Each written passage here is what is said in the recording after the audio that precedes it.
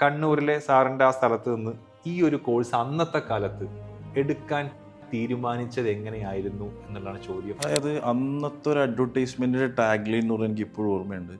6 മാസം കൊണ്ടൊരു മഹാത്ഭുതം എന്നാണ്. ഇംഗ്ലീഷ് പോലും ശരിക്കും എഴുതാൻ അറിയില്ല. വാസ് എന്ന് എഴുതിയത് VS എന്നാണ്. അപ്പോൾ ഇത് ആക്ച്വലി CMA എന്ന് പറയുന്ന ഒരു ആവറേജ് സ്റ്റുഡൻറ്റ് എന്നൊക്കെ നമ്മൾ പറയാറുള്ള ആളുകൾക്കും കൂടെ ക്രാക്ക് ചെയ്യാൻ പറ്റുക. കാരണം പണ്ട് ഞാൻ എങ്ങനെയായിരുന്നു അത് ഇവിടെ ഒരു മാറ്ററേ ഇല്ല. ഇനി ഞാൻ എങ്ങനെ പഠിക്കുന്നു? അപ്പോൾ എന്താണ് സ്റ്റുഡൻറ് രജിസ്ട്രേഷൻ, എന്താണ് അതിൻ്റെ ഒരു ഗുണം എന്നുള്ള സാധനമാണ്. ഓർഡിനറി റൂട്ടിലൂടെ മാത്രം സഞ്ചരിക്കുന്ന ആളുകൾക്കിടയിൽ ചില ആളുകൾ യുണീക്കായിട്ട് ഡിഫറെൻ്റ് ആയിട്ട് അല്ലെങ്കിൽ കുറച്ച് എക്സ്ട്രാ ഓർഡിനറി ആയിട്ട് ചില കാര്യങ്ങൾ ചെയ്യാൻ തീരുമാനിക്കാറുണ്ട്. ചിലപ്പോൾ അവർ ചൂസ് ചെയ്യുന്ന പ്രൊഫഷൻ ആയിരിക്കാം, അപ്പം അവർ അതിനുവേണ്ടി എടുക്കുന്ന കോഴ്സുകളൊക്കെ കുറച്ച് ഡിഫറെൻ്റ് ആവാറുണ്ട്. ആ ഡിഫറൻസ് തന്നെ കുറച്ച് ചലഞ്ചിങ്ങും ആക്കാറുണ്ട് അവരുടെ ജേണി. നമുക്കറിയാം CMA USA എന്ന് പറഞ്ഞൊരു കോഴ്സ് ഉണ്ട്. BCom എടുത്ത് വളരെ ഈസി ആയിട്ട് പാസ്സാകാനൊരു ഓപ്ഷൻ ഉണ്ടാകുമ്പോഴും അതിനുശേഷം എനിക്കിത് പോരാ, കുറച്ചുകൂടെ ചലഞ്ചിങ് ആയിട്ടുള്ള കുറച്ചുകൂടി വേൾഡ് ഇപ്പോൾ ഡിമാൻഡ് ചെയ്യുന്ന ഒരു കോഴ്സ് ചൂസ് ചെയ്യണം, ആ പ്രൊഫഷണൽ എക്സ്പ്ലോർ ചെയ്യണം എന്നൊക്കെ തിങ്ക് ചെയ്യുന്ന ഒരുപാട് പേര് എനിക്ക് പ്രത്യേകിച്ച് അറിയാം. കാരണം III കൊമേഴ്സ് അക്കാഡമിയിൽ വർക്ക് ചെയ്യുന്നത് കൊണ്ടും ഇവിടെ നമ്മൾ പ്രൊവൈഡ് ചെയ്യുന്ന കോഴ്സുകളായ CA, CMA, CS, ACCA, CMA USA ഈ കോഴ്സുകളൊക്കെ അത്തരത്തിലുള്ള കോഴ്സുകളാണ്.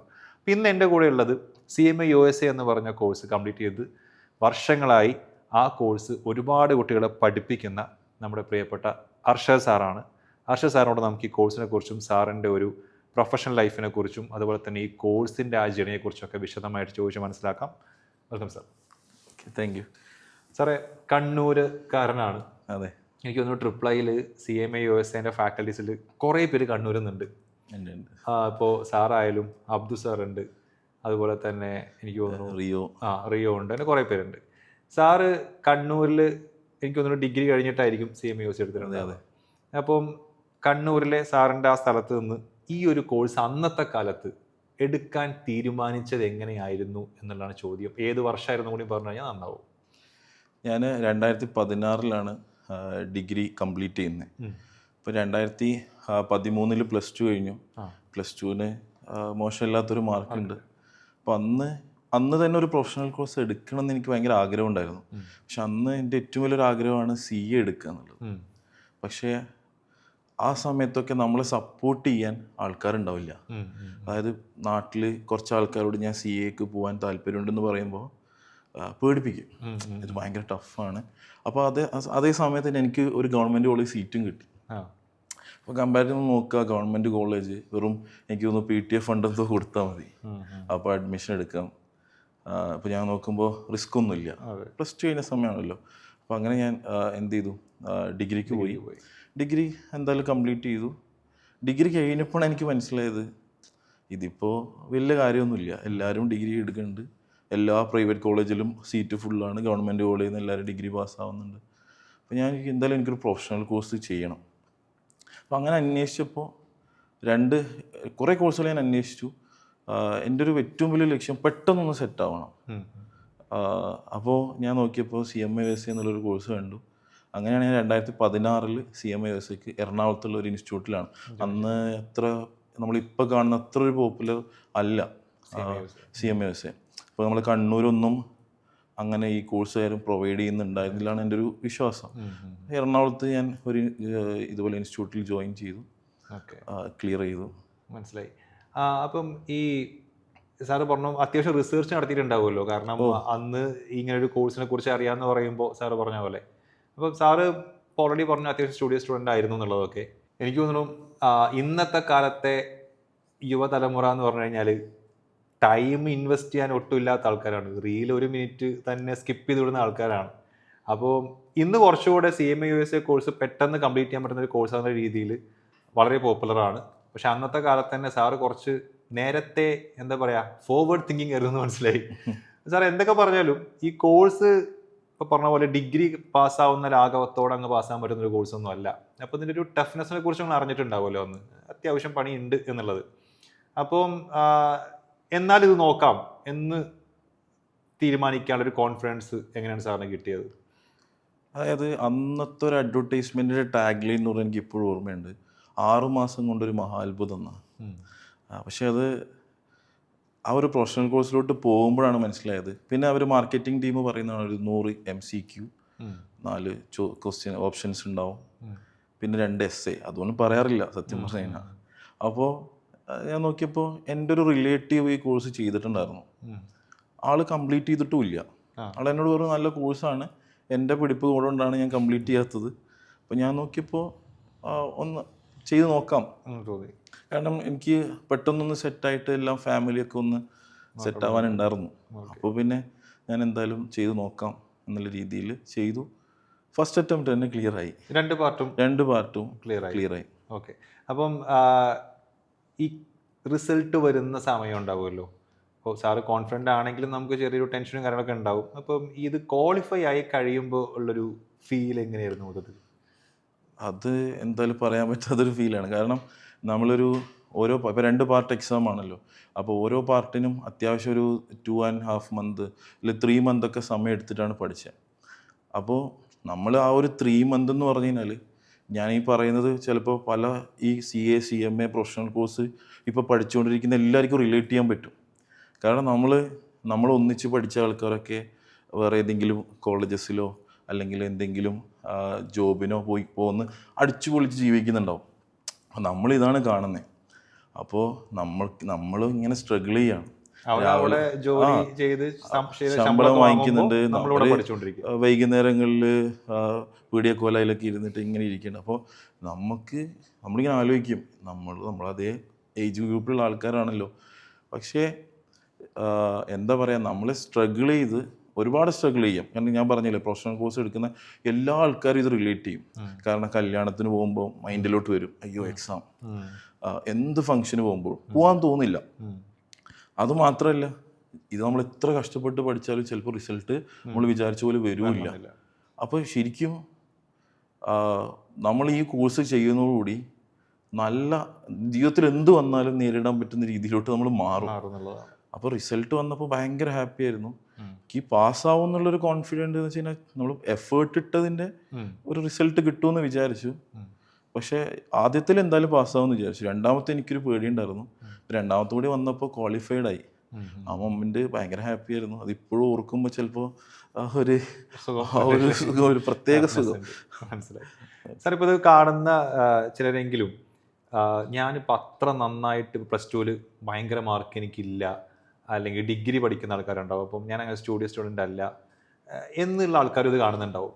അപ്പം സാറിപ്പോൾ എത്രയോ കാലമായിട്ട് ഇത് പഠിപ്പിക്കുന്നു, ഒരുപാട് തരം കുട്ടികൾ സാറ് കണ്ടിട്ടുണ്ടാവും. അപ്പോൾ ഇത് ആക്ച്വലി CMA UC എന്ന് പറയുന്ന ഒരു ആവറേജ് സ്റ്റുഡൻ്റ് എന്നൊക്കെ നമ്മൾ പറയാറുള്ള ആളുകൾക്കും കൂടെ ക്രാക്ക് ചെയ്യാൻ പറ്റുമോ? അങ്ങനെ ക്രാക്ക് ചെയ്യണമെങ്കിൽ അവർ എന്ത് മാറ്റം വരുത്തേണ്ടി വരും അവരുടെ പഠന രീതിയിൽ എന്നൊക്കെ ചോദിച്ചു കഴിഞ്ഞാൽ എങ്ങനെയാണ്? ഞാൻ എപ്പോഴും സ്റ്റുഡൻസിനോട്, ഞാനിപ്പം ഏതാണ്ട് ഒരു 7 years ആയിട്ട് ടീച്ചിങ്ങിലുണ്ട്. അപ്പോൾ അറൗണ്ട് ഒരു 2500+ സ്റ്റുഡൻസിനെ എന്തായാലും പഠിപ്പിച്ചിട്ടുണ്ടാവും. അപ്പോൾ ഞാൻ എപ്പോഴും സ്റ്റുഡൻസിനോട് പറയുന്നൊരു കാര്യമാണ്, പാസ്റ്റ് ഈസ് പാസ്റ്റ്. നമ്മൾ ഡിഗ്രിക്ക് സപ്ലി ഉണ്ടെന്നോ അല്ലെങ്കിൽ +2 മാർക്കില്ലെന്നോ എന്ന് പറഞ്ഞിട്ട് നമ്മളിവിടെ തോപ്പിക്കുന്നില്ല. ഇനി അവിടെ നിന്ന് അങ്ങോട്ട് എങ്ങനെ എഫേർട്ട് എടുക്കുന്നു, നമ്മളെങ്ങനെ പോകണോ, അത് നിങ്ങളുടെ ലൈഫിനെ മാറ്റിമറിക്കുന്നു. ഞാൻ എപ്പോഴും സ്റ്റുഡൻസിനോട് പറയാറുണ്ട്. കാരണം പണ്ട് ഞാൻ എങ്ങനെയായിരുന്നോ അത് ഇവിടെ ഒരു മാറ്ററേ ഇല്ല. ഇനി ഞാൻ എങ്ങനെ പഠിക്കുന്നു അതുപോലെ ഇരിക്കും നമ്മുടെ ഫ്യൂച്ചർ. ഇപ്പം ഇതിൻ്റെ ഒരു സിലബസ് നോക്കുകയാണെങ്കിലും മുൻപ് എന്ത് പഠിച്ചു എന്നുള്ളതിൻ്റെ റിലവൻസ് അത്ര ഉണ്ടാവണമെന്നില്ല അല്ലേ?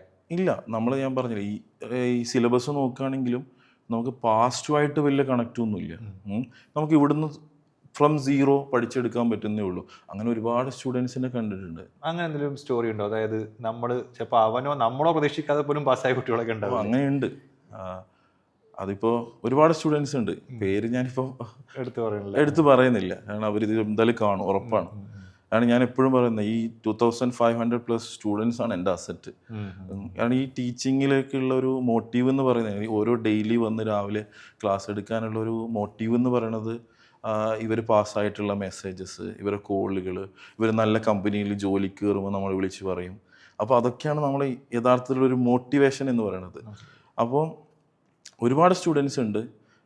എടുത്തു പറയുകയാണെങ്കിൽ, അതായത് ഞാൻ അവനെ കാണുന്ന സമയത്ത് ഇംഗ്ലീഷ് പോലും ശരിക്കും എഴുതാൻ അറിയില്ല. ഞാൻ നോട്ട് കൊടുത്തപ്പോൾ വാസ് എന്ന് എഴുതിയത് VS എന്നാണ്. അപ്പോൾ ഞാൻ സ്റ്റാഫിൻ്റെ അടുത്ത് പോയിട്ട് പറഞ്ഞു, അല്ല നിങ്ങളുടെ അഡ്മിഷനൊക്കെ എടുക്കുമ്പോൾ അത്യാവശ്യം നമുക്കൊന്ന് മനസ്സിലാക്കാൻ പറ്റണ്ടേ. പക്ഷേ അവൻ എന്ത് ചോദിക്കും, എന്ത് ഡൗട്ടും ചോദിക്കും, ആൾ ഹാർഡ് വർക്ക് ചെയ്യാൻ തയ്യാറാണെന്ന് നമുക്ക് മനസ്സിലായി. അപ്പം ഞാൻ അവനോട് പറഞ്ഞു ഡിക്ഷണറി വാങ്ങിക്കണം. അപ്പോൾ ഡിക്ഷണറി വാങ്ങിച്ചു. ക്വസ്റ്റ്യൻ്റെ അർത്ഥം വെച്ച് പഠിച്ചു. അവൻ എന്താ പറയുക, അവൻ പാസ്സായി. ഇന്ന് ഞാൻ അവൻ എവിടെ എത്തുമെന്ന് വിചാരിച്ചിട്ടില്ല, പക്ഷെ അതിനേക്കാൾ എത്രയോ മേലെ അവൻ എത്തിയിട്ടുണ്ട്. അങ്ങനെ ഒരുപാട് ആൾക്കാരുണ്ട്. എൻ്റെ കൂടെ പഠിച്ച തന്നെ ഒരു 17 സപ്ലിയിൽ ഒരുത്തനുണ്ട്. ഞാൻ വിചാരിച്ചു കോളേജിൽ പോകാത്തതുകൊണ്ടായിരിക്കുന്നു, പക്ഷെ കോളേജിൽ പോയിട്ടുണ്ട്. പക്ഷേ അവൻ ഇതേപോലെ ഫസ്റ്റ് അറ്റംപ്റ്റ് ക്ലിയർ ചെയ്തിട്ടുണ്ട്. ഓക്കെ, അപ്പോൾ ഇനി എങ്ങനെ മുന്നോട്ട് പോകുന്നുള്ളതാണ് ക്വസ്റ്റ്യൻ. ഞാൻ പറഞ്ഞു പാസ്റ്റ് ഈസ് പാസ്റ്റ്, കഴിഞ്ഞു. ഓക്കെ, ഇന്നത്തെ ലോകത്തിൻ്റെ ഒരു സിനാരിയോ എടുത്ത് നോക്കുമ്പോൾ CMA USA എന്ന് പറഞ്ഞ ക്വാളിഫിക്കേഷൻ്റെ റിലവൻസ്, പ്രത്യേകിച്ച് ഗ്ലോബലൈസേഷൻ പീക്കിലെത്തി നിൽക്കുന്ന ഒരു പീരീഡാണ്. പല കുട്ടികളും പുറത്തേക്ക് പോകാൻ ആഗ്രഹിക്കുന്ന ഒരു സമയമാണ്. അപ്പം ഈ ഒരു കോഴ്സ് കഴിഞ്ഞാൽ അവരെ കാത്തിരിക്കുന്ന എക്സ്പോഷറും അവർ ചെയ്യാൻ പോകുന്ന ജോലികൾ എന്തൊക്കെയാണെന്നുള്ളതൊന്ന് സാർ പറയും. അതായത് ഇപ്പോൾ ഷേസ് പറഞ്ഞ പോലെ ഗ്ലോബലൈസേഷൻ അതിൻ്റെ ഏറ്റവും അറ്റത്ത് നിൽക്കുന്ന സമയം. ഏത് രാജ്യത്തുള്ള കമ്പനീസിനും ഇന്ത്യയിൽ വന്നിട്ട് ഓപ്പറേറ്റ് ചെയ്യാം, അല്ലെങ്കിൽ എവിടെ വേണമെങ്കിലും ഓപ്പറേറ്റ് ചെയ്യാം. സോ അവിടെയാണ് ശരിക്കും നമ്മളൊരു ഇൻ്റർനാഷണൽ കോഴ്സിൻ്റെ, കാരണം ഞാൻ ക്ലാസ്സിൽ എപ്പോഴും ചോദിക്കും സ്റ്റുഡൻസിനോട്, ഇന്ത്യയിൽ വർക്ക് ചെയ്യാൻ താല്പര്യമുണ്ടോ? നമ്മളൊരു ഇന്ത്യക്കാരനാണ്, പക്ഷേ ഏറ്റവും കൂടുതൽ ആൻസർ കിട്ടുന്നത് പുറത്ത് പോകണമെന്നാണ്. അപ്പോൾ നോക്കുമ്പോൾ പുറത്തോട്ട് നോക്കുമ്പോൾ നമുക്ക് ഗ്ലോബലി ആക്സെപ്റ്റഡ് ആയിട്ടുള്ള ഏതാണ്ട് നമ്മൾ 150+ കൺട്രീസിലൊക്കെ ആക്സെപ്റ്റബിൾ ആയിട്ടുള്ള ഒരു ഇൻ്റർനാഷണൽ കോഴ്സ് ചെയ്ത് കഴിഞ്ഞാൽ നമുക്കൊരു ഇൻ്റർനാഷണൽ എക്സ്പോഷർ കിട്ടണം. പ്രത്യേകിച്ച് മിഡിൽ ഈസ്റ്റിലൊക്കെ നമ്മൾ AAA പഠിച്ചതും പ്രീവിയസ്ലി മറ്റ് ഇൻസ്റ്റിറ്റ്യൂട്ടിലൊക്കെ പഠിച്ച സ്റ്റുഡൻസൊക്കെ നല്ല പൊസിഷനിൽ, ഈവൻ ഇന്ത്യയിൽ തന്നെ ബാംഗ്ലൂരൊക്കെ പല MNCസിലും നല്ല സ്റ്റുഡൻസുകൾ ജോലി ചെയ്യുന്നുണ്ട്, നല്ല പൊസിഷനിൽ. എനിക്ക് തോന്നുന്നു ഒരുപാട് ഓൾറെഡി ജോലി ചെയ്യുന്ന, മറ്റു ജോലികൾ ചെയ്യുന്ന ആൾക്കാർ ഇപ്പോൾ CMA USA എടുക്കാറുണ്ട്, ജോലിയുടെ ഒപ്പം തന്നെ ഒക്കെ എടുക്കുന്നുണ്ട്. അപ്പം ഈ അക്കൗണ്ടിങ് BCom മാത്രമൊക്കെ ഉള്ള ആൾക്കാർ ചെറിയ ജോലിയിൽ പെട്ടുപോകാറുണ്ട്, അധികം സാലറി ഇൻക്രിമെൻ്റ് ഇല്ല. അങ്ങനെയുള്ളവർക്കൊക്കെ ഇത് വളരെ അഡ്വാൻറ്റേജ് കൊടുക്കുന്ന ഒരു കോഴ്സ് കൂടിയല്ലേ? തീർച്ചയായിട്ടും. ഇത് UAE നമ്മളിപ്പോൾ ഇവിടെ വർക്കിംഗ് പ്രൊഫഷണൽസിനുള്ള ക്ലാസ്സുകൾ ഓൺലൈനായിട്ട് പ്രൊവൈഡ് ചെയ്യുന്നുണ്ട്. അതിലൊക്കെ ഒരുപാട് വർക്കിംഗ് പ്രൊഫഷണൽസുണ്ട്. ഞാൻ ഒരു 5-6 വർഷം മുമ്പ് ഒരാൾ എന്നെ കാണാൻ വന്നു. അയാൾ ഗൾഫിൽ നിന്ന് ലീവ് എടുത്തിട്ട് വരിക. അപ്പോൾ അയാൾ 10 വർഷമായിട്ട്, അയാൾ MCom കഴിഞ്ഞ ആളാണ്, 10 വർഷമായിട്ട് അവിടെ UAE ഒരു അക്കൗണ്ട്സ് ഫീൽഡിൽ വർക്ക് ചെയ്യണം. അത്യാവശ്യം കുഴപ്പമില്ലാത്ത സാലറി ഉണ്ട്.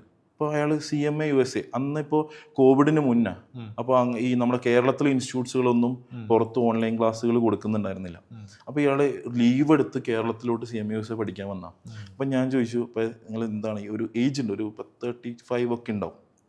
ഞാൻ ചോദിച്ചു, നിങ്ങൾ എന്തുകൊണ്ടാണ് CMA USA ഈ ഒരു ഏജിൽ എടുക്കണേ? അപ്പോൾ അയാൾ പറഞ്ഞത്, എന്നേക്കാളും എക്സ്പീരിയൻസ് ഇല്ലാത്ത, ഒരു 1-2 വർഷം ബേസിക് എക്സ്പീരിയൻസ് ഉള്ള, എന്നാൽ CMA ക്വാളിഫൈഡ് ആയിട്ടുള്ള ആളാണ് എൻ്റെ മേലെ നിൽക്കുന്നത്. അതെനിക്ക് കണ്ടുവെക്കാൻ പറ്റുന്നില്ല. അപ്പോൾ എനിക്കിത് എന്തുകൊണ്ട് പാസ്സായിക്കൂടാ? അങ്ങനെയാണെങ്കിൽ എനിക്ക് 10 വർഷം എക്സ്പീരിയൻസ് പ്ലസ് ഈ കോഴ്സ്, ഞാൻ വേറെ ലെവലിൽ എത്തും എന്നുള്ള രീതിയിൽ അയാൾ വന്നു, ക്ലാസ് അറ്റൻഡ് ചെയ്തു, പാസ്സായി. ഈ ഇപ്പോൾ CMA USൻ്റെ ഒരു സിലബസ് ഒക്കെ വെച്ച് നോക്കുമ്പോൾ ഇതിപ്പോൾ ഒരു ജോലി ചെയ്തുകൊണ്ടിരിക്കുന്നതിനിടയിൽ അതിന് ഓൾറെഡി അതിന് ജോലിയുടെ സ്ട്രെസ്സും കാര്യങ്ങളൊക്കെ ഉണ്ടാവും, അല്ലെങ്കിൽ ഇപ്പോൾ ഡിഗ്രി പഠിച്ചുകൊണ്ടിരിക്കുന്ന കുട്ടികൾ ചെയ്യാറുണ്ട്. അപ്പോൾ ഒരു ഓൾറെഡി എക്സിസ്റ്റിംഗ് ആയിട്ടൊരു കോഴ്സ് പഠിക്കുന്ന അല്ലെങ്കിൽ ഒരു ജോലി ചെയ്തുകൊണ്ടിരിക്കുന്ന ആൾക്കാർക്ക് എളുപ്പത്തിൽ പഠിച്ചെടുക്കാൻ, എളുപ്പം ഞാൻ ഉദ്ദേശിക്കുന്നത് സമയം ഇൻവെസ്റ്റ് ചെയ്ത് പഠിച്ചെടുക്കാൻ പറ്റുന്ന തരത്തിലൊരു സിലബസ് തന്നെയാണോ CMA USൻ്റെ ഓൺലൈൻ കോഴ്സ്? എത്രമാത്രം പ്രായോഗികമാണ്? അതായത് നമ്മൾ വേൾഡ് ഭയങ്കര കോമ്പറ്റീറ്റീവ് ആയിട്ട് വരികയാണ്. അപ്പോൾ ഇപ്പോൾ ഡിഗ്രി, ഇപ്പോൾ ഫോർ എക്സാമ്പിൾ ഡിഗ്രിയുടെ പറയാം, ഇപ്പോൾ ഡിഗ്രി ചെയ്തുകൊണ്ടിരിക്കുകയാണ്, 3 വർഷം എന്തായാലും പോകും. അപ്പോൾ ആ 3 വർഷം ഫസ്റ്റ് ഇയറിൽ തന്നെ നമ്മൾ CMA USയുടെ ക്ലാസ് തുടങ്ങുകയാണ്. ഒരു ഡെയിലി 2 മണിക്കൂർ നമ്മൾ സ്പെൻഡ് ചെയ്യുകയാണെങ്കിൽ 3 വർഷത്തെ ഡിഗ്രി കഴിയുമ്പോഴേക്ക് തന്നെ ഇയാൾ ക്വാളിഫൈഡ് ആവുകയാണ്, CMA കൂടി ക്വാളിഫൈ ആണ്. അതായത് മറ്റുള്ള ഡിഗ്രി സ്റ്റുഡൻസൊക്കെ പഠിക്കുമ്പോൾ അവർക്ക് ഡിഗ്രി കിട്ടുന്നുള്ളൂ, ഇയാൾക്ക് എന്ത് ചെയ്യണം, ഒരു പ്രൊഫഷണൽ കോഴ്സ് കൂടി കിട്ടണം. ഇനി വർക്കിംഗ് പ്രൊഫഷണൽസിനൊക്കെ വരുവാണെങ്കിൽ നമ്മൾ ജോലിയൊക്കെ കഴിഞ്ഞ് ഒരു 7 hours 8 hours ഒക്കെ വർക്ക് ചെയ്ത് ഒരു 2 hour നിങ്ങൾക്ക് മാറ്റി വെക്കാൻ പറ്റുമോ? നിങ്ങളിപ്പോൾ ഇരിക്കുന്ന പൊസിഷനിൽ നിന്നും എന്തായാലും ഒരു ട്രാൻസ്ഫോർമേഷൻ ഉറപ്പായിട്ടുണ്ടാവും.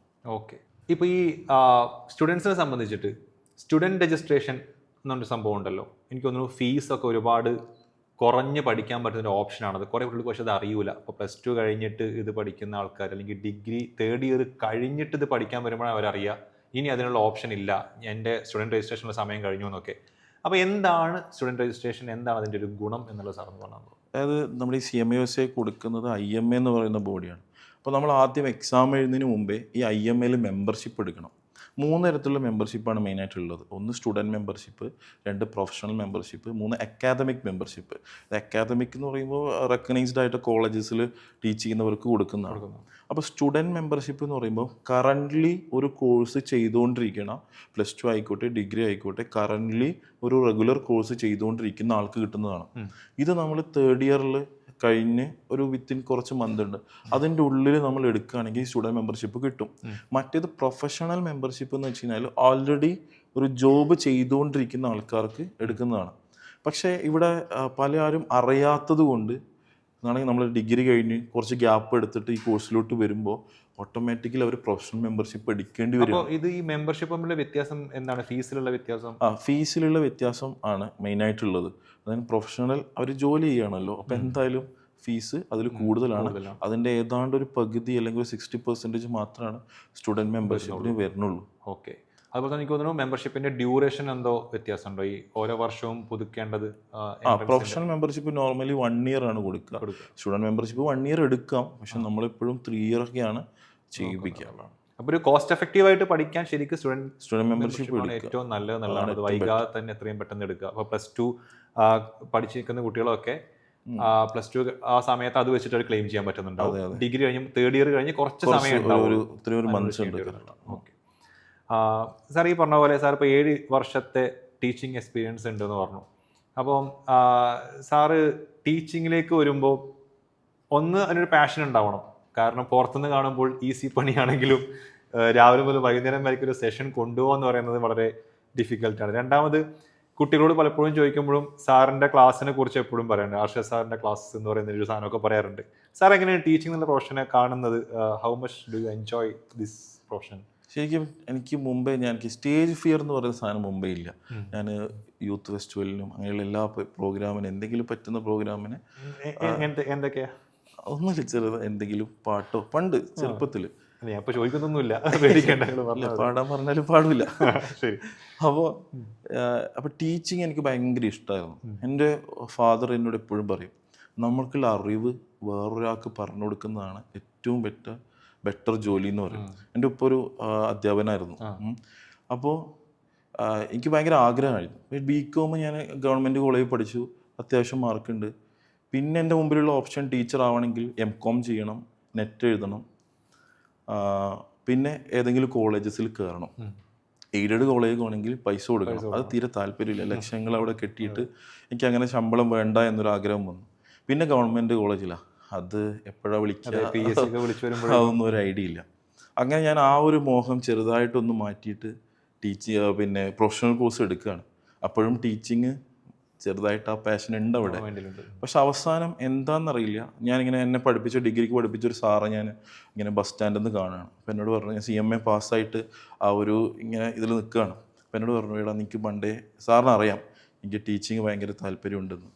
അപ്പോൾ സാർ എന്നോട് പറഞ്ഞു, ഇവിടെ ഒരു ഇൻസ്റ്റിറ്റ്യൂട്ട് ഉണ്ട്, നീ ജസ്റ്റ് വെറുതെ ഒരു ജോലി ആവുന്നത് വരെ അവിടെ കയറാൻ പറഞ്ഞു.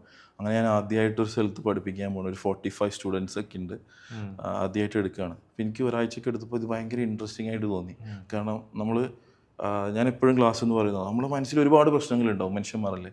പക്ഷെ ആ ഡോറ് തുറന്ന് ക്ലാസ് കയറിയാൽ പിന്നെ നമ്മൾ ഒരു 5 മണി വരെ നമ്മൾ വേറൊരു ലോകത്തോട്ട് പോകും. കാരണം ഫുള്ള് യങ് ആൻഡ് വൈബ്രൻ്റ് ആയിട്ടുള്ള ആൾക്കാർ, അവരോട് വർത്തമാനം പറയുക, ക്ലാസ് എടുക്കുക. അപ്പോൾ നമ്മൾ കുറേ മറക്കും. അപ്പോൾ ശരിക്കും ഭയങ്കര പാഷനായിട്ട് തന്നെയാണ് ഞാൻ ടീച്ചിങ് കൊണ്ടുവന്നത്. ഒരു 7 years ആയി, ഇനി ഒരുപാട് കാലം കൊണ്ടുപോകണം എന്നാണ് ആഗ്രഹം. അവസാനം കോളേജ് പഠിപ്പിക്കണം എന്നുള്ള ആഗ്രഹം മാറ്റി ഇപ്പോൾ III പോലെയുള്ള ഇൻസ്റ്റിറ്റ്യൂട്ട്സുകൾ ക്ലാസ് എടുക്കുക. അതർ ദാൻ ടീച്ചിങ് ഇപ്പോൾ സാറിൻ്റെ ഒരു ഹൈ തരുന്ന പരിപാടി എന്താണെന്ന് ചോദിച്ചു കഴിഞ്ഞാൽ അങ്ങനെ എന്തെങ്കിലും ഉണ്ടോ? അതോ സാറിൻ്റെ ഒരു മൊത്തത്തിലുള്ള ഒരു പേഴ്സണാലിറ്റിക്ക് വെച്ചിട്ട്? മെയിനായിട്ട് ടീച്ചിങ് തന്നെയാണ്. വർക്ക് ചെയ്യാൻ തീരെ, ഒരാളുടെ അണ്ടറിൽ വർക്ക് ചെയ്യാൻ, ഒരു കമ്പനിയിൽ വർക്ക് ചെയ്യാൻ തീരെ താല്പര്യമില്ല. ഞാൻ ഇൻ്റർവ്യൂവിന് പോയി, ഈ കോഴ്സ് കഴിഞ്ഞിട്ട് നമ്മൾ ഇൻഫോ പാർക്കിൽ ഇൻ്റർവ്യൂവിന് പോയി. ഫസ്റ്റ് ഇൻ്റർവ്യൂവിന് കിട്ടി. അപ്പം മൈൻഡിൽ ഇതല്ലല്ലോ. 1ാമത്തെ ദിവസം ഞാൻ തിരിച്ചു പോയി, വയ്യ. അവർ പറഞ്ഞു നൈറ്റ് പണിയെടുക്കണം, നൈറ്റ് ഉറങ്ങിയിട്ടേ ശീലമുള്ളൂ.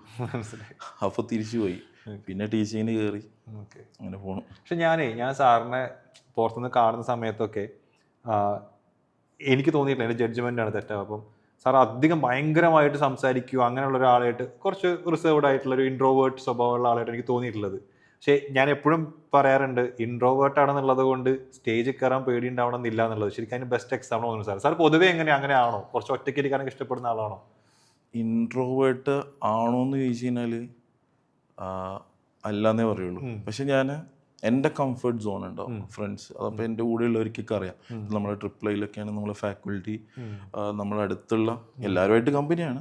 എന്നാൽ നമ്മളൊരു ടീം ഉണ്ടാവുമല്ലോ, അതിൽ ഞാൻ വേറെ ലെവലായിരിക്കും. പക്ഷെ എന്നെ പുറത്തുനിന്ന് കണ്ടു കഴിഞ്ഞാൽ ഭയങ്കര ഭീകര സ്വഭാവമൊക്കെ തോന്നും. പക്ഷെ ക്ലാസ്സിലെത്തിയാലും എല്ലാവരോടും സംസാരിക്കും. അപ്പോൾ ഇൻട്രോവേർട്ടാണോ ചോദിച്ചു കഴിഞ്ഞാൽ അല്ല. പക്ഷെ എന്നാൽ ഈ പറഞ്ഞ പോലെ ഓവറായിട്ട് എല്ലാവരോടും കയറി സംസാരിക്കുകയൊന്നുമില്ല. എന്നാലും വായ പൂട്ടി വെക്കാൻ കുറച്ച് പണിയാണ്. നമ്മളിപ്പം നേരത്തെ സാറ് പറഞ്ഞു ഡിഗ്രി കഴിഞ്ഞിട്ട് ഇങ്ങനെ ഒരു കോഴ്സിലേക്ക് വരുമ്പോൾ കൂടെയുള്ളവരൊക്കെ ജോലി ചെയ്യാൻ തുടങ്ങുകയും ഒക്കെ ചെയ്യുന്ന സമയത്തും നമ്മൾ പഠിച്ചുകൊണ്ടിരിക്കുകയാണ്. അപ്പോൾ സ്വാഭാവികമായിട്ടും വീട്ടിൽ നിന്നൊരു സപ്പോർട്ട് വേണ്ടി വരുമല്ലോ അതിന്. അപ്പോൾ വീട്ടുകാരെ കുറിച്ചും അന്ന് നിങ്ങൾക്ക് കിട്ടിയിട്ടുള്ള സപ്പോർട്ടുകളെ കുറിച്ചൊക്കെ പറയുകയാണെങ്കിൽ എന്തായിരിക്കും? ഞാൻ പറഞ്ഞല്ലോ പഠിച്ചത് എറണാകുളത്താണ്. പക്ഷെ ഞാൻ സ്റ്റഡി ലീവിന് നേരെ വീട്ടിൽ പോയി. കാരണം വീട്ടിൽ അതിനുള്ള സൗകര്യമുണ്ട്. ഏറ്റവും കൂടുതൽ സപ്പോർട്ട് ചെയ്തത് ഫാമിലി തന്നെയാണ്. കാരണം രാവിലെ ഞാനെന്ന് വെച്ചാൽ ഭയങ്കര പങ്ക്ച്വാലിറ്റി കീപ്പ് ചെയ്യുന്ന ഒരാളാണ്. അത് ക്ലാസ് എടുക്കാൻ പോകുമ്പോഴായാലും എപ്പോഴും ഭയങ്കര പങ്ക്ച്വാലിറ്റി എപ്പോഴും മെയിൻറ്റെയിൻ ചെയ്യാൻ നോക്കും. ഞാൻ എപ്പോഴും സ്റ്റഡി പ്ലാൻ ഉണ്ടാക്കും. അപ്പോൾ രാവിലെ എന്നും ഇരിക്കും. പക്ഷേ കറക്റ്റ് വീട്ടുകാർ ഇപ്പോൾ എന്നോട് ഇപ്പം 10 മണി ഞാൻ രാത്രിക്ക് അങ്ങനെ ഓവറായിട്ട് പഠിക്കാറില്ല. പക്ഷേ ഞാൻ എപ്പോഴാണോ പഠിക്കുന്നത് ആ സമയത്തൊക്കെ എന്താ വേണ്ടതെന്ന് വെച്ച് കഴിഞ്ഞാൽ ജ്യൂസ് ആണെങ്കിൽ ജ്യൂസ്. മെൻ്റലി ഭയങ്കര സപ്പോർട്ടിങ് ആയിരുന്നു ഫാമിലിയിൽ. ഞാനിങ്ങനെ ഒരു ഭയങ്കര ഫാമിലി ഓറിയൻ്റ് ആയിട്ടുള്ള ഒരാളാണ്. കാരണം ഞാൻ പുറത്ത് വർക്ക് ചെയ്യാൻ താല്പര്യമില്ലാത്തത് തന്നെ ആക്ച്വലി വീട്ടുകാരെപ്പോഴും നിൽക്കാനാണ്. പക്ഷെ ഇപ്പം അത് പറ്റുന്നില്ല എന്നുള്ളത് സത്യമാണ്, എറണാകുളത്ത് തന്നെ ആയതുകൊണ്ട്. അപ്പോൾ വീട്ടിൽ ഉമ്മ ഉപ്പ എല്ലാവരും ഭയങ്കര സപ്പോർട്ടിങ് ആണ്. ഞാനെല്ലാം ഉമ്മയോട് പറയും, എന്ത് ചെറിയ കാര്യങ്ങളും ഉമ്മയോട് പുറത്ത് പറയും. അപ്പോൾ ഉപ്പയായിട്ട് ഭയങ്കര കമ്പനിയാണ്. പക്ഷേ എന്നാലും തോറ്റാ പോട്ടെ, നമുക്ക് ഇനിയും എഴുതാലോ, ആ ഒരു ലെവലിലാണ് അവർ. അപ്പോൾ അതൊരു വലിയ കാര്യമാണ്. അതൊരു വലിയൊരു കാര്യമാണ്. ഫാമിലിയുടെ ഭാഗത്ത് നിന്ന് സപ്പോർട്ട് കിട്ടുക. ഒരു പ്രഷറും എനിക്ക് ഇന്നവരെ ഉണ്ടായിട്ടില്ല. പഠിക്കുക പറയേണ്ടി വന്നിട്ടില്ല, കാരണം ഞാൻ പഠിക്കും. മനസ്സിലായി. പിന്നെ വേറെ ആരാ സിബ്ലിങ്സ് സാറിന്? എനിക്ക് അനിയനുണ്ട്. അനിയൻ ഒരു ഇന്റീരിയർ ഡിസൈനിങ് ചെയ്യാണ്. അനിയത്തി വീട്ടിൽ തന്നെയാണ്. വൈഫ് CMA ഫൈനലാണ്, പഠിച്ചുകൊണ്ടിരിക്കുകയാണ്. റീസെന്റ് ആയിട്ട് നിങ്ങളുടെ കല്യാണം? റീസെന്റ് കല്യാണം തന്നെയാണ്. അല്ല, CMA ഇന്ത്യയാണ്, ഫൈനൽ ചെയ്തുകൊണ്ടിരിക്കുകയാണ്. അടുത്ത മാസം എക്സാം ആണ്, അപ്പോൾ പഠിച്ചുകൊണ്ടിരിക്കുകയാണ്. ഓക്കെ, മനസ്സിലായി. അപ്പോൾ ഒരു കോമേഴ്സ് പ്രൊഫഷണൽ ഒരു ഫീൽഡിൽ തന്നെ ആയിക്കൊണ്ട് നമുക്കറിയാം, നമ്മളിപ്പോൾ ഫീൽഡിൽ കണ്ടിന്യൂസ് ക്ലാസ് ആണല്ലോ. പുറത്തുനിന്ന് കാണുമ്പോൾ നേരത്തെ ഷാസ് പറഞ്ഞ പോലെ ഭയങ്കര ഈസി ആയിട്ടുള്ളൊരു ജോബാണ്. പക്ഷെ 9 to 5 ക്ലാസ്സിൽ പിടിച്ചിരുത്തുക, പല തരത്തിലുള്ള സ്റ്റുഡൻസ് ഉണ്ടാവും. അപ്പോൾ ഞാൻ നേരത്തെ പറഞ്ഞതുപോലെ നമുക്ക് ഈ പറയുന്ന മോട്ടിവേഷൻ, ഇപ്പോൾ ഇന്ന് പോലും കുറേ സ്റ്റുഡൻസ് കുറേ ചോക്ലേറ്റ്സ് ഒക്കെ ആയിട്ട് കാണാൻ വന്നു. റീസെൻ്റ്ലി നമുക്ക് റിസൾട്ട് വന്നിട്ടുണ്ട്. അതുപോലെ കഴിഞ്ഞ ഫെലിസിറ്റേഷൻ പ്രോഗ്രാമിന് ഒരു പാരൻ്റ് എൻ്റെ NDO അബ്ദുൾ സാറിൻ്റെ എടുത്തിട്ട് വന്നിട്ട് പറഞ്ഞു, നിങ്ങളൊക്കെ എത്ര ഭാഗ്യന്മാരാണോ, എത്ര സ്റ്റുഡൻസിൻ്റെ പ്രാർത്ഥനയൊക്കെ ഉണ്ടാവും. അപ്പോൾ നമ്മൾ ഒരു ക്ലാസ് കൊടുക്കുന്നു, പക്ഷെ അവർ എടുക്കുന്ന എഫേർട്ട് തന്നെയാണ് എപ്പോഴും. നമ്മളൊരു ചെറിയൊരു 20% ഭാഗം, പക്ഷെ അപ്പോഴും നമുക്ക് ഹാപ്പിയാണ്. എന്ന് വെച്ചാൽ ഒരു മെസ്സേജ് വരുമ്പോഴും ജോലി കിട്ടി അല്ലെങ്കിൽ പാസ്സായി, ഇവൻ ഫെയിലിയർ ആയാലും നമ്മൾ വിളിക്കും കരഞ്ഞ്. പക്ഷെ നമ്മൾ എന്തെങ്കിലും പറയുമ്പോൾ അവർ ഓക്കെ ആവും. അപ്പോൾ അവരൊരു ലൈഫിൽ സക്സസ് ആകുമ്പോൾ നമ്മളതിൻ്റെ ചെറിയൊരു പാർട്ടാവുക എന്നുള്ളതാണ് ഈ ഒരു അവിടെയാണ്. അതായത് ഇപ്പോൾ എല്ലാവർക്കും ഫസ്റ്റ് അറ്റംപ്റ്റിൽ പാസ്സാകാൻ പറ്റിക്കൊള്ളുന്നില്ലല്ലോ. ഇപ്പോൾ ഈ ഒരു കോഴ്സിൻ്റെ ചലഞ്ചിങ് ആസ്പെക്ട് വെച്ചിട്ട്. അപ്പം ഈ പാർട്ട് 1 പാർട്ട് 2 ഫസ്റ്റ് അറ്റംപ്റ്റിൽ ക്വാളിഫൈ ചെയ്യാൻ പറ്റാതെ വരികയാണെങ്കിൽ എങ്ങനെ അതിനെ ഫേസ് ചെയ്യേണ്ടതെന്ന് ചോദിച്ചാൽ? ഇപ്പോൾ പല സ്റ്റുഡൻസും ഉണ്ട്. ഇപ്പോൾ 350 ഒക്കെ കിട്ടും, 360 ആണ് നമുക്ക് CMA USA പാസ്സാണ്. ഞാൻ CMA ഇന്ത്യക്കും കൂടി ക്ലാസ് എടുത്ത ഒരാളാണ്. ഇപ്പോൾ റീസെൻ്റ്ലി ഒരു 1 year എടുക്കുന്നില്ല, കാരണം ഇവിടെ ബാച്ചസിൻ്റെ എണ്ണം കൂടിയപ്പോൾ. അപ്പോൾ CMA ഇന്ത്യയും USA കമ്പയർ ചെയ്യുമ്പോൾ ഇന്ത്യയിൽ പിന്നെയും പാസ് പെർസെൻറ്റേജ് കുറവാണ്. അപ്പോൾ എനിക്കറിയാം സ്റ്റുഡൻസ് എത്ര എഫേർട്ട്, കാരണം അവർ കോൺസെപ്റ്റ് അറിയാത്തതുകൊണ്ടോ അല്ലെങ്കിൽ അവർ പഠിക്കാത്തതുകൊണ്ടോ അല്ല തോക്കണേ, ആ ഒരു ദിവസത്തെ ഒരു പ്രശ്നം. അപ്പോൾ 10 മാർക്കിന് തോക്കുക, 4 മാർക്കിന് തോക്കുക എന്നൊക്കെ. ഇപ്പോൾ US 10 മിനിമം, ആ 10ൻ്റെ ഡിനോമിനേഷൻസിലാണ് സ്കോർ ഉണ്ടാവുക. അപ്പോൾ അത് ഭയങ്കര നമുക്കൊരു ബുദ്ധിമുട്ടാണ്. പക്ഷെ ആ ബുദ്ധിമുട്ട് നമ്മൾ കാണിക്കാതെ അവരെ മാക്സിമം എന്ത് ചെയ്യും, എടാ പോട്ടടാ, നമ്മൾ ഇന്നത്തെ ഒരു ദിവസത്തിൻ്റെ ഒരു പ്രശ്നമാണ്, നമുക്ക് അടുത്തതിൽ എന്ത് ചെയ്യാം, ശരിയാക്കാം. അങ്ങനെ അടുത്തതിൽ പാസ്സാവും എന്തായാലും. കാരണം ചിലപ്പോൾ നമ്മൾ ഖുർആനിൽ തന്നെ പറയുന്നുണ്ട് ഇന്നമഅൽ ഉസ്രി യുസ്ർ, അതായത് ഒരു ബുദ്ധിമുട്ടിൻ്റെ പിന്നാലെ എന്ത് ചെയ്യും, ഒരു നല്ല കാലം വരും. അപ്പോൾ നമ്മൾ എടുത്ത ഡിസിഷൻ അങ്ങനെയാണ്, സ്ട്രഗ്ലിംഗ് ആയിരിക്കും, കുറച്ച് മുള്ളും കല്ലൊക്കെ ചവിട്ടേണ്ടി വരും. പക്ഷേ ഇനി അങ്ങോട്ട് ഒരു നല്ല ഫ്യൂച്ചർ വരും എന്നുള്ള വിശ്വാസത്തിൽ പോയി കഴിഞ്ഞാൽ നമുക്ക് ഈസിലി, കാരണം മനഃശക്തിയാണ് വേണ്ട ഇതിൽ. അപ്പോൾ ഒരു ചെറിയ സെറ്റ് ബാക്ക് കിട്ടുമ്പോഴേക്കും കാരണം മുന്നോട്ട് പോവുക. നമ്മൾ ഈ ലോകം എന്ന് പറഞ്ഞു കഴിഞ്ഞാൽ തോറ്റവരെയും കൂടിയാണ്, തോറ്റ് ജയിക്കുന്നതാണ് ഏറ്റവും. എനിക്ക് തോന്നുന്നു അങ്ങനെ ക്വാളിഫൈ ചെയ്യുമ്പോൾ അതിന് കുറച്ചും കൂടെ വാല്യൂ ഉണ്ടാവില്ലേ, കുറച്ചും കൂടി മധുരമായിരിക്കും. അതെ, ഓക്കെ സാർ. അതുപോലെ ഇപ്പോൾ ക്വാളിഫിക്കേഷൻസ് എന്തുണ്ടെങ്കിലും എനിക്ക് തോന്നുന്നു ഇന്നത്തെ ഒരു കോമ്പറ്റീറ്റീവ് വേൾഡിൽ ഒരു ഇൻ്റർവ്യൂവിന് പോണ സമയത്ത് അല്ലെങ്കിൽ നാളെ ഒരു ജോലിയിൽ കയറി കഴിഞ്ഞാലും പ്രൊഫഷണലി ഗ്രോ ചെയ്യണമെങ്കിൽ വേറെ എന്തൊക്കെ സ്കില്ലുകൾ അഡീഷണലി വേണ്ടി വരും, അല്ലെങ്കിൽ ഈ ഒരു ക്വാളിഫിക്കേഷൻ മാത്രം വെച്ചിട്ട്, കാരണം ഇത് കഴിഞ്ഞ കുറേ പേരുണ്ട് അപ്പുറത്തുണ്ടാവുമല്ലോ, എന്തൊക്കെയായിരിക്കും ഒരു കുട്ടി ട്രൈ ചെയ്യേണ്ടത്? കാരണം ഞാൻ നേരത്തെ പറഞ്ഞ പോലെ ഈ ജോബ് മാർക്കറ്റ് എന്ന് പറയുന്നത് ഭയങ്കര കോമ്പറ്റീറ്റീവ് ആണ്. നമ്മൾ ഈ ഒരു കോഴ്സ് കഴിയുന്നത് കൊണ്ട് ഇതൊരു സർട്ടിഫിക്കേഷൻ മാത്രമാണ്. ഞാൻ എപ്പോഴും ക്ലാസ് എന്ന് പറയുന്നതാണ്, നമ്മൾ ഈ ഒരു വർഷം നമ്മളിവിടെ പഠിക്കുന്നതോടുകൂടി നിങ്ങൾ ക്ലാസ്സിൽ എല്ലാവരോടും സംസാരിക്കാൻ പറ്റുന്ന രീതിയിൽ, ഞാൻ ക്ലാസ്സിൽ ചിലപ്പം അവിടെ വിളിച്ചെത്തിയിട്ട് ചിലപ്പോൾ ഞാൻ എടുത്ത ടോപ്പിക്കിന് ചിലപ്പോൾ സംസാരിപ്പിക്കും, അല്ലെങ്കിൽ ക്വസ്റ്റ്യൻ ഒന്നുകൂടി എക്സ്പ്ലെയിൻ ചെയ്യാൻ പറയും. കാരണം നാളെ നമ്മളൊരു 4 ആൾക്കാരുടെ മുന്നിൽ പോയി നിൽക്കുമ്പോൾ ഞാൻ എപ്പോഴും പറയാറുണ്ടത്, നമുക്ക് 99% നോളജും 1% കോൺഫിഡൻസ് ഉണ്ടായിട്ട് നമുക്ക് കാര്യമില്ല, നേരെ തിരിച്ചാണ് വേണ്ടത്. അത് 1% നോളജ് മതി, അത് ആരുടെ മുമ്പിലും ഫുൾ കോൺഫിഡൻസിലൂടെ പറയാൻ പറ്റണം. അപ്പോൾ ഈ സ്കില്ലുകൾ നമ്മൾ ഡെവലപ്പ് ചെയ്യാൻ പറ്റുന്നേ ഉള്ളൂ. ഇപ്പോൾ ജന്മന ഭയങ്കര സ്കിൽഫുൾ ആയിട്ടുള്ള ആൾക്കാരൊന്നും അല്ല എല്ലാവരും. അപ്പോൾ നമുക്കത് ഉണ്ടാക്കാൻ പറ്റുന്നേ ഉള്ളൂ. ഒരു ഇൻ്റർവ്യൂവിന് പോകുമ്പോൾ എങ്ങനെ അറ്റൻഡ് ചെയ്യാം, 4 ആൾക്കാരോട് എങ്ങനെ സംസാരിക്കാം, കമ്മ്യൂണിക്കേഷൻ സ്കില്ല് ഒക്കെ അത് നമുക്ക് ഡെവലപ്പ് ചെയ്യണം. ഞാൻ എപ്പോഴും ക്ലാസ്സിൽ നിന്ന് പറയുന്നതാണ്, മിക്ക സ്റ്റുഡൻസും ഡെവലപ്പ് ചെയ്യാറുണ്ട്. കാരണം പല സ്റ്റുഡൻസിനും അറ്റ്ലീസ്റ്റ് എങ്ങനെ CV എഴുതുന്നത് പോലും അറിയില്ല. ഇപ്പോഴും പണ്ട് ഇംഗ്ലീഷ് എക്സാമിന് എഴുതുന്ന പോലെ hobbies, playing cricket, watching movie, അപ്പോൾ ആ ഒരു ടൈപ്പിലാണ് ഇപ്പോഴും ഉള്ളത്. അതിന് നല്ല സോഫ്റ്റ് സ്കില്ലിൻ്റെ ക്ലാസ്സൊക്കെ നമ്മൾ ഇൻസ്റ്റിറ്റ്യൂട്ടൊക്കെ പ്രൊവൈഡ് ചെയ്യാറുണ്ട്. അപ്പോൾ അതും കൂടെ എക്സ്പ്ലോർ ചെയ്യാന്നുള്ളതാണ് അതിൻ്റെ സാധനം.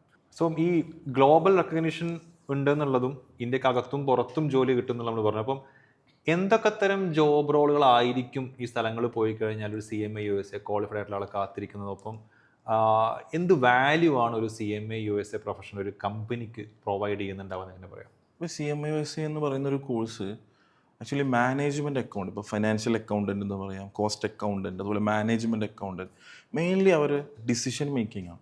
നമ്മളൊരു കമ്പനിയിൽ എടുക്കേണ്ട പല ഡിസിഷൻസ് ഉണ്ട്.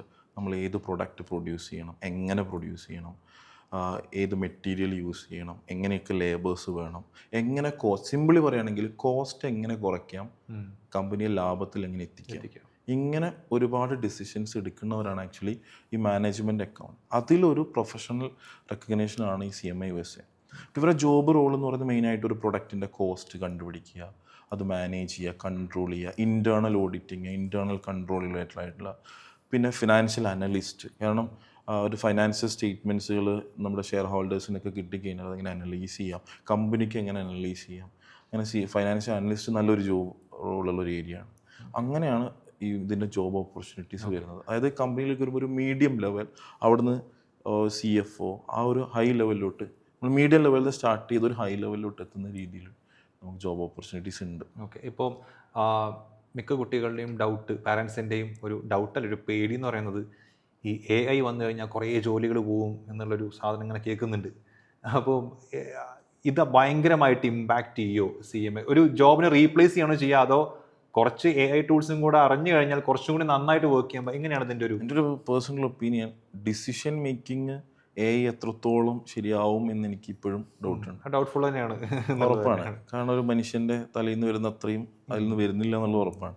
അപ്പോൾ AI വന്നതോടുകൂടി കുറച്ചും കൂടി, പണ്ട് കമ്പ്യൂട്ടർ വരുമ്പോൾ പ്രശ്നം പറഞ്ഞില്ലേ, പിന്നെ റോബോട്ട്സ് വരുമ്പോൾ പ്രശ്നം പറഞ്ഞില്ലേ, അപ്പോൾ അതേ ഒരു പ്രശ്നങ്ങളാണ് ഇപ്പോഴും പറയുന്നത്. റിപ്പിറ്റേറ്റീവ് ആയിട്ടുള്ള ടാസ്കുകൾ റിമൂവ് ആവും, അല്ലെങ്കിൽ പോവും, ആ ജോലി പോവും എന്നുള്ളതല്ലാതെ ആ ടൂളുകൾ യൂസ് ചെയ്തിട്ട്, AI ടൂളുകൾ യൂസ് ചെയ്തിട്ട് നമുക്ക് ഒന്നുകൂടി നമ്മുടെ വർക്ക് ഈസി ആക്കാം എന്നുള്ളതാണ് ഒരു സത്യം. അപ്പോൾ സാറേ, CMA USA എന്ന കോഴ്സ് എടുക്കാം എന്നൊരാൾ തീരുമാനിച്ച് സാറിൻ്റെ അടുത്ത് വരികയാണെങ്കിൽ സാർ അയാളോട് പറയുന്ന ഒരു അഡ്വൈസോ അല്ലെങ്കിൽ ഒരു ഇൻപുട്ടോ എന്തായിരിക്കും? ഇപ്പോൾ CMA USA നമുക്ക് ഫസ്റ്റ് അറ്റംപ്റ്റ് ക്ലിയർ ചെയ്യണം. കുറേ അറ്റംപ്റ്റുകൾ എടുക്കുന്നതുകൊണ്ട് എനിക്ക് യാതൊരു താല്പര്യമില്ല, ആർക്കും താല്പര്യം ഉണ്ടാവില്ല. അപ്പോൾ ഞാൻ എപ്പോഴും സ്റ്റുഡൻസിനോട് പറയും, നിങ്ങൾ സ്വയം മോട്ടിവേറ്റഡ് ആവുക.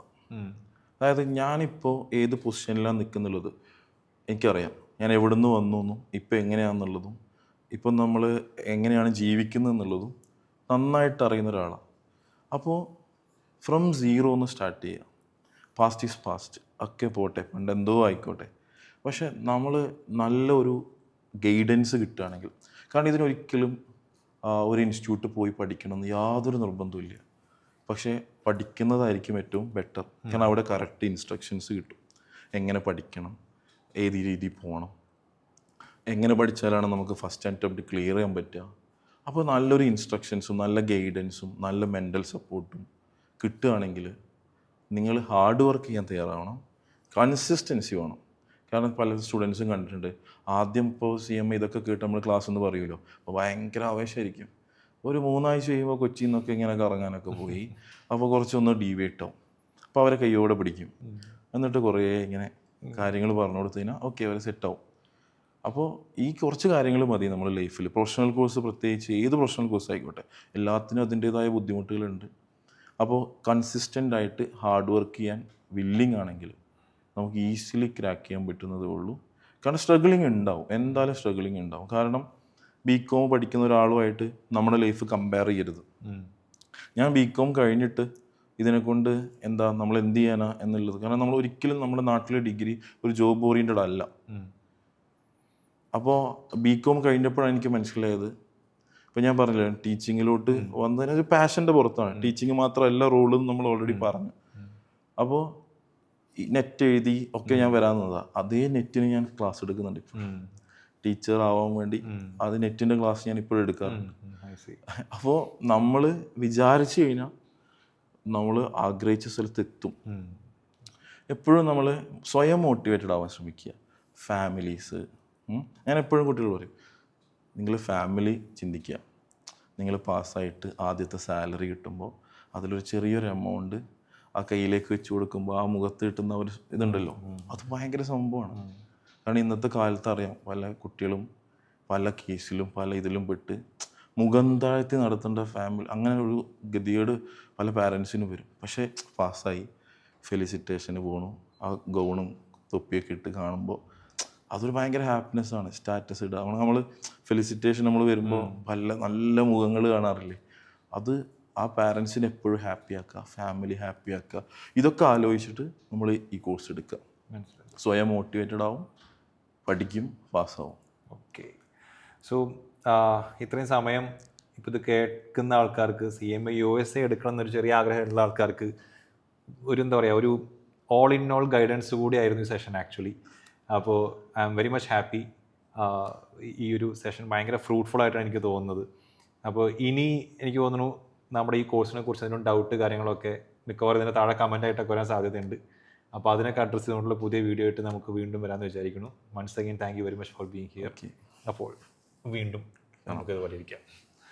ഓക്കെ. അപ്പം എനിക്ക് നിങ്ങളോട് പറയാനുള്ളത്, എന്തെങ്കിലും ഡൗട്ട്സോ കാര്യങ്ങളൊക്കെ ഉണ്ടെങ്കിൽ ട്രിപ്ലൈയുടെ എക്സ്പേർട്ട് കരിയർ കൗൺസിലിംഗ് ടീം ഇവിടെ ഉണ്ട്. ഇപ്പോൾ നിങ്ങൾക്കോ നിങ്ങളുടെ പാരൻറ്റിനോ ഒക്കെ ഫോണിലൂടെ വിളിച്ചോ നേരിട്ടോ ഒക്കെ അവരോട് സംസാരിക്കാം. അതിന് ബുക്ക് ചെയ്യാനുള്ള ഒരു ലിങ്ക് ഞാൻ ഡിസ്ക്രിപ്ഷനിൽ കൊടുത്തിട്ടുണ്ട്. ഒപ്പം തന്നെ സ്കോളർഷിപ്പോടെ നിങ്ങൾക്ക് ഈ കോഴ്സുകൾ CA, CMA, CS, ACCA, CMA USA ഒക്കെ പഠിക്കണമെങ്കിൽ ട്രിപ്ലൈയുടെ CCAT സ്കോളർഷിപ്പ് ഉണ്ട്. അതിൻ്റെ രജിസ്ട്രേഷൻ ആരംഭിച്ചു കഴിഞ്ഞു. അതിൻ്റെ ലിങ്കും താഴെ കൊടുത്തിട്ടുണ്ട്. രജിസ്റ്റർ ചെയ്യുക, പഠിക്കുക. All the best. Thank you.